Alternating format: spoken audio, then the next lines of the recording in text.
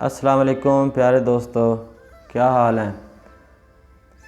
मैं अब्दुल वाहिद पंजाबी चैनल पंजाबी दीवा ते थोड़ी खिदमत हाज़र हाँ। अज मैं थोड़े गोशगुजार एक पंजाबी गज़ल कराँगा, लेकिन पहले मेरी रिक्वेस्ट है कि तुसी मेरे पंजाबी चैनल पंजाबी दीवा नूं सबसक्राइब करो, कमेंट्स इतला दो, लाइक करो, शेयर करो। अशार इस तरह ने गज़ल दे के 10 सानू भुल गया ला के कानू यारियां, 10 सानू भुल गया ला के कानू यारियां, तू साडे लई कीते बंद बूए बारियां। असी तेरे उत्ते कीता बड़ा एतबार सी, असी तेरे उत्ते कीता बड़ा एतबार सी, कदे याद आउणियां ने तैनू दिलदारियां। ते रब दी सो असी तैनू दस भी नहीं सकदे, रब दी सो असी तैनू दस भी नहीं सकदे। जाग जाग रातां जिवें मैं ने गुजारियां, ते वेलियां दे नाल नाल आपे डिग पैणियां ने, वेलियां दे नाल नाल आपे डिग पैणियां ने।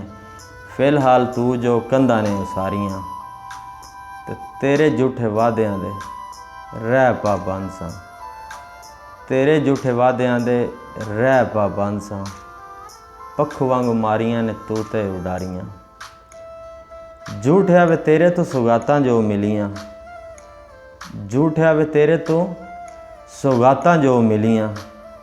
लगदा है रोना असी उमरां में सारियां, ते कौल ते करारां नाल तू सानू रोलिया, कौल ते करारां नाल तू सानू रोलिया। बस एवें तेरियां सी गल्लां ही प्यारियां।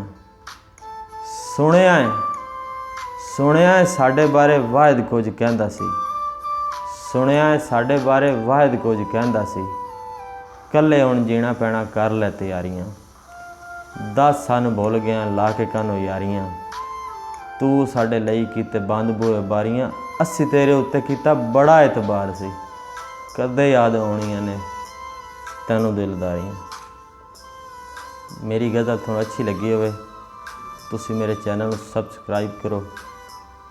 मिलदे हैं इंशाअल्लाह नैक्सट वीडियो। अस्सलाम वालेकुम रहमतुल्लाह।